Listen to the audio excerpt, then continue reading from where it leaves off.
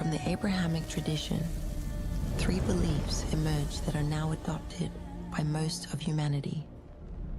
These three beliefs clash in Jerusalem. Judaism mourns the destruction of its temple and awaits the Messiah in the Promised Land. Christianity calls holy the land where Jesus is said to have been buried. And Islam built Al-Aqsa Mosque, where Muhammad is said to have ascended to heaven. Our sacred texts teach that Abraham had two sons, Isaac and Ishmael. We, the Jewish people, descendants of Isaac, established our kingdom in the Promised Land until we were raptured and subjugated by cruel invaders. The rule of the Roman Empire led to the Great Jewish Revolt, which was brutally crushed. They erased Judea and gave another name to our land, Palestine. For centuries, we lived persecuted around the world, strengthening the Zionist movement, which fights for our return. In the First Great War, a newfound ally renewed our hope. Echoing our cries for statehood, the British Empire promised its support for the creation in Palestine of a national home for the Jewish people. But when the war was won, they placed their interests above previous promises and divided the territory amongst themselves. As if that were not enough, the promise made to us was also made with other people.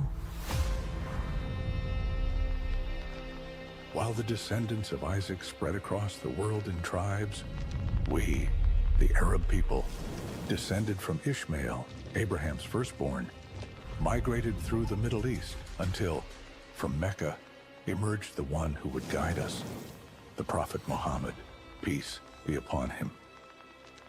With the final revelation, our caliphate conquered continents, broke down borders, and showed the strength of the Islamic truth. For centuries, we shed our blood fighting for the holy city of Al-Quds, where our prophet ascended to heaven. When the First Great War began, the British colonial forces asked for our help, provided in exchange for a promise, the independence of our state. At least, that's what we thought. For we were deceived by the British, who upon winning the war, took possession of our lands and made another oath to the Zionists, bringing discord once again to the holy city. We were unwelcome in the land of our forefathers, and to make matters worse, another great war broke out. After the atrocities committed in World War II and the attempted genocide that killed 6 million Jews, a promise was made: never again. Finally, the world recognized the need for the Jewish people to have their own country. The United Nations proposed the recognition of the Promised Land as our sovereign state, even if it was just a fraction of it. And to maintain peace, the division of the territory into two independent states, Israel for the Jews and Palestine for the Palestinian Arabs. But the Arabs rejected the proposal. We could not accept this colonization of our lands by people who came here without our permission. So, as Israel declared its independence, a 7-nation Arab army declared war against us. Our neighbors came to the rescue of Palestine against the Zionist invaders supported by European colonizers, to no avail. What Israel came to call independence, truth be told, is the catastrophe of my people, Al-Nakba. Repeatedly, we managed to defend our existence until Egypt, our strongest neighbor, gave up on war and accepted peace. But not everyone followed their example, and the Middle East continued to exact its price in blood.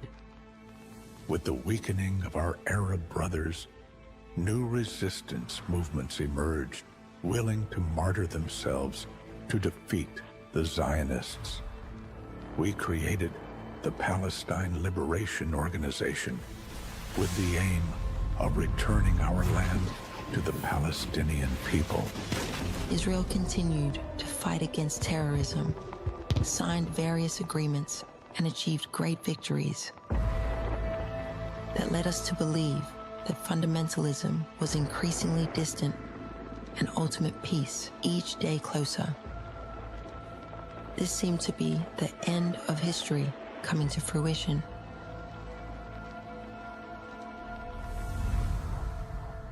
Alas, an ominous threat still lurked in the shadows, watching, praying, and preparing.